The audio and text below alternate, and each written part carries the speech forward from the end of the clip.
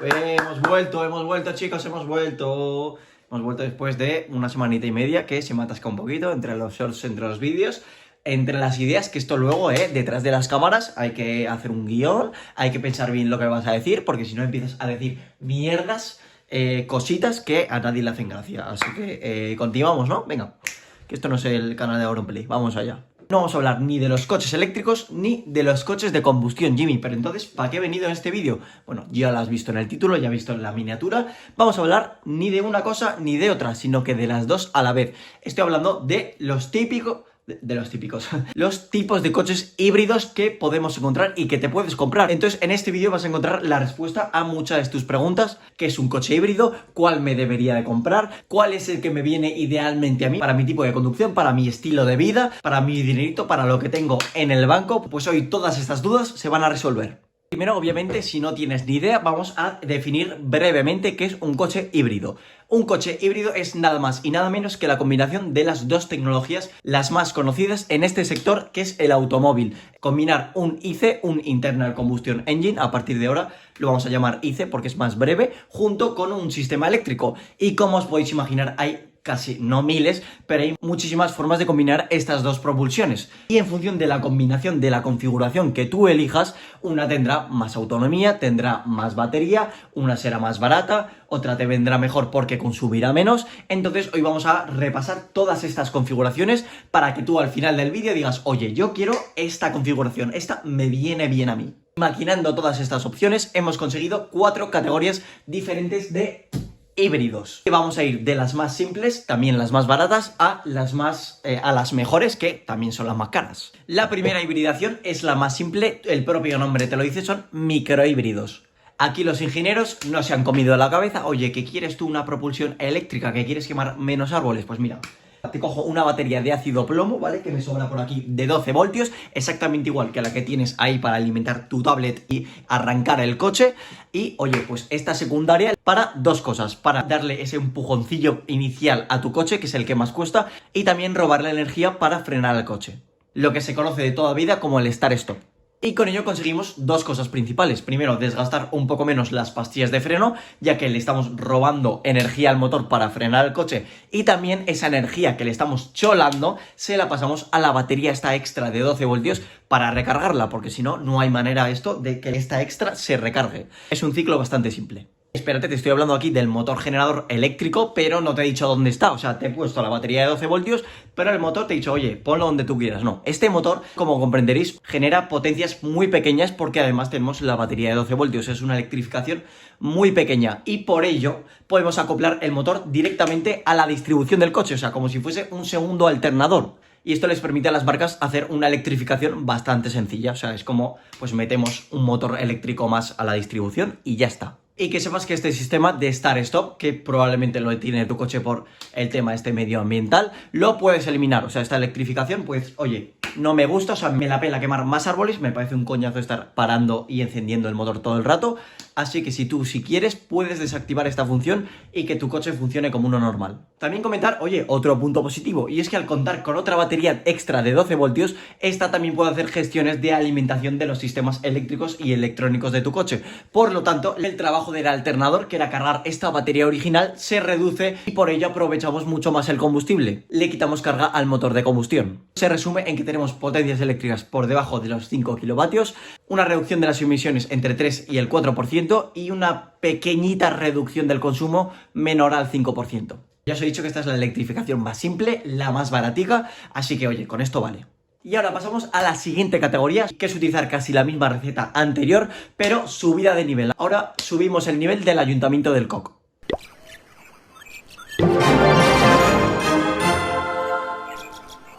Aquí contamos, en lugar con una batería extra de 12 voltios, una 4 veces más grande, de 48 voltios o de 160 voltios, que es la que utilizan los híbridos suaves de Subaru, pero están un poco locos. Esto es una excepción. Lo normal es utilizar una batería de 48 voltios. Y para entender este sistema perfectamente, oye, vamos al circuito eléctrico, que aquí aclaramos todo. A la izquierda tenemos la batería común de 12 voltios de plomo ácido que va a alimentar al motor de arranque. A la derecha la batería de 48 voltios que en este caso ya no tenemos de ácido plomo, sino que evolucionamos a ion litio junto con el motor generador y ambos circuitos unidos a través de un convertidor DC-DC, el Tito-Back, que ahora veremos a qué nos va a ayudar. Aquí seguimos manteniendo el starter, el motor de arranque, pero nos hemos deshecho del mítico alternador, ya no lo tenemos. Y entonces, ¿cómo cargamos la batería de 12 voltios? Aquí es donde cobra sentido nuestro amigo el convertidor back, el DC-DC. El Tito-Back se va a encargar de robarle la energía a la batería de 48 voltios y cedérsela a la de 12, porque la de 48 voltios está conectada en paralelo con el motor generador, que como ya os he dicho, como dice el propio nombre, también va a hacer estas dos funciones: inyectar potencia al IC, al motor de combustión, cuando lo necesitemos, o robarles energía para recargar esta batería y que este sistema eléctrico funcione perfectamente. Aquí tenemos tres posibilidades de conectar nuestro motor generador. Tenemos la clásica, la que hemos utilizado anteriormente, la configuración BISG, o sea, conectarla directamente a la distribución, que es Belt Integrated Starter Generator, habéis visto mi inglés. También la podemos conectar entre la caja de cambios y el cigüeñal o dentro de la caja de cambios. Oye, ¿y por qué te cuento esto? Porque la que está integrada en la distribución, la BISG, sí que solemos introducir el clásico motor de arranque,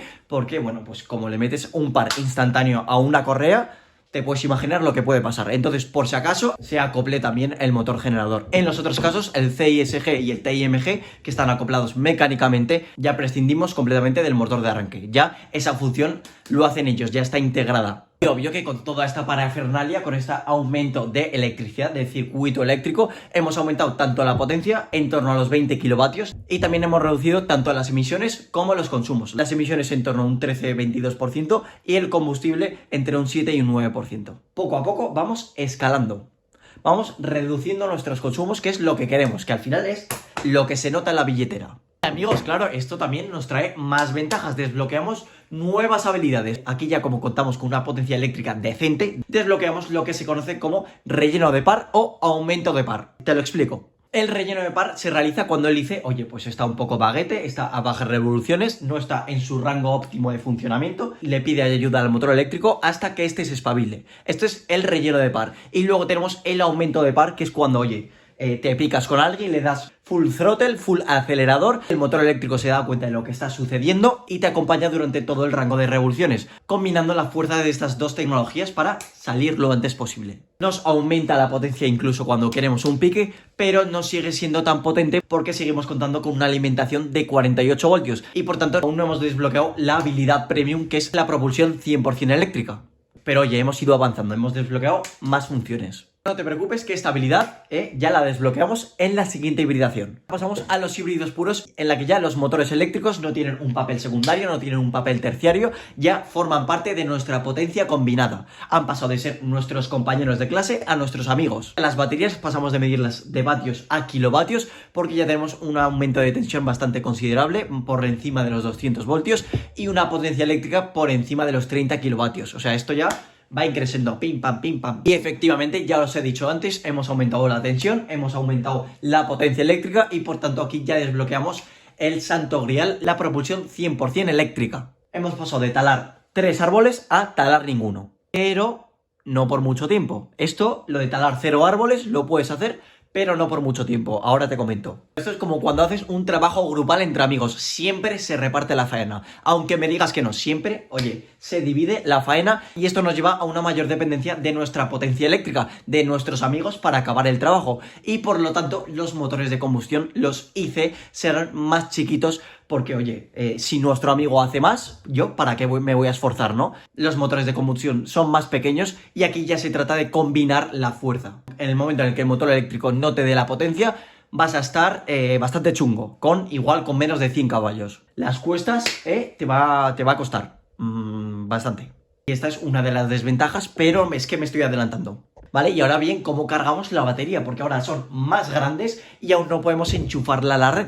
Tenemos dos formas de recargar esta batería, mediante la frenada regenerativa, exactamente igual que antes, pero obteniendo más energía porque nuestros motores eléctricos son más potentes, o a través del motor de combustión que durante la marcha puede ayudar a recargar esa batería. Va a funcionar como una especie de generador, exactamente igual que el generador que tiene tu churrero del barrio, exactamente igual. Y ahora vamos a la distribución de estos sistemas. Tenemos 4 formas de distribuir estos motores. Tenemos la configuración serie, la configuración paralelo, la serie paralelo y la split. Y no os preocupéis porque vamos a resumir rápidamente cada uno. Configuración serie, el motor de combustión se va a encargar exclusivamente de recargar la batería para después esa energía ser utilizada por el motor eléctrico. Así que aquí tenemos una propulsión completamente 100% eléctrica. Pero es que claro, te pones a pensar y dices, oye, pero cabezón, o sea, estamos utilizando el motor de combustión para sacar electricidad, o sea, es como si cargásemos un Tesla con un generador, como el meme es el vídeo que un Tesla se quedaba tirado y utilizaba un generador contaminar para luego ser cero emisiones. Bueno, más o menos, pero también te tengo que decir que como este motor de combustión es un generador, solo se va a encargar de recargar la batería, va a funcionar a un régimen constante, permanente, por lo tanto va a consumir muchísimo menos que un gasolina o que un diésel. Porque no va a tener ningún cambio de par y de potencia este motor, va siempre a funcionar en su línea, pero como en contra tiene que tener casi los mismos requerimientos que los que tiene un coche eléctrico, porque tenemos propulsión 100% eléctrica y por lo tanto las baterías y los motores van a ser pesados, van a ser grandes, entonces esta configuración está un poco panzona.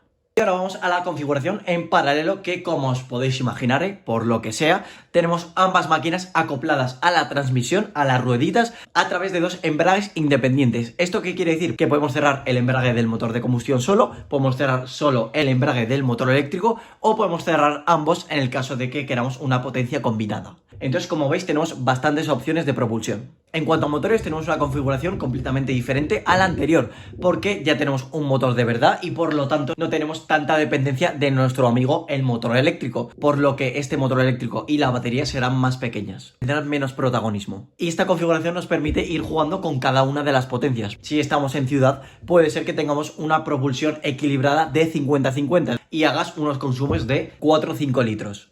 Pero, por ejemplo, si nos vamos a la ciudad con un híbrido puro o con un híbrido enchufable, esto ya luego lo veremos, tenemos un problemita porque a altas velocidades, durante mucho tiempo, es verdad que el motor de combustión va a tener que hacer un sobreesfuerzo mucho más que el motor eléctrico y esta ventaja de los consumos se nos irá disminuyendo. Ciudad, puedes gastar 4 o 5 litros a los 100, pero puede ser que en un viaje largo de más de, yo que sé, 80 kilómetros, gastes lo mismo que un diésel o incluso más, porque estos sistemas, tanto los híbridos puros como los híbridos enchufables, no están preparados para que el motor de combustión funcione casi todo el rato, que es lo que te va a pasar si te vas fuera a 120 km por hora. Entonces aquí ya se te desaparece un poco las ventajas de los híbridos, tanto de estos como de los siguientes. Pero en ciudad, oye, te haces tus 4 o 5 litros que no está nada mal. La batería, como siempre, se recarga a través del frenado regenerativo o si estamos en marcha a través del motor de combustión.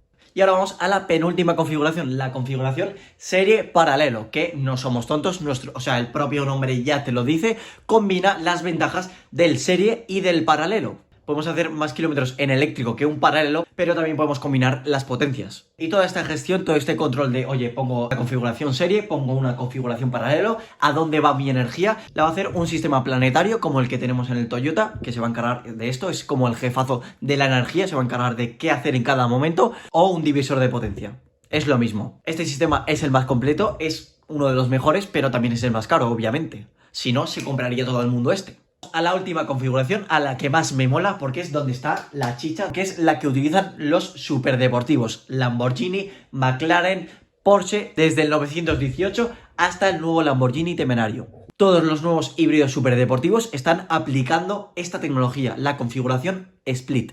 Oye Jimmy, pero es que los ejemplos que me has comentado son enchufables. Sí, pero ya os he dicho que estas configuraciones, todas las que os estoy diciendo, también sirven para los híbridos enchufables, que veremos que es lo mismo que esto, pero más ventajas. Todo más a lo grande. Es pensar, oye, a ver, pero si tengo un motor de combustión y un motor eléctrico, ¿por qué no pongo cada uno en un eje y me olvido de conexiones físicas, que si engranajes planetarios, que si no sé qué, que si jefazo no? Pongo a los dos en un eje diferente y que cada uno se saque sus castañas del fuego. Se conoce como tracción a las 4 ruedas de manera electrónica, porque no contamos con una conexión física entre los dos ejes. Es decir, que el túnel de transmisión de toda la vida lo tiramos a la basura y justo ese espacio, ese hueco vacío, lo utilizamos para introducir la batería. Bueno, eso sí, también tiene que haber una centralita, en este caso, que gestione el par y la potencia que mandamos a cada eje, porque si no esto sería, vamos, una fiesta. Unos ejemplos, como os he dicho, puede ser desde el Toyota Prius hasta el 996 GTB de Ferrari,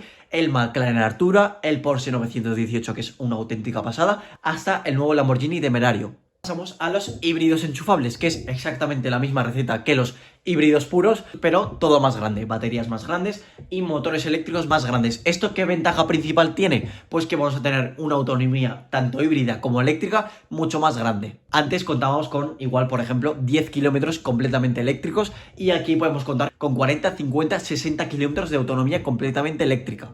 Y por ello, al tener baterías más grandes, también tenemos la posibilidad de conectarlas a través de la red.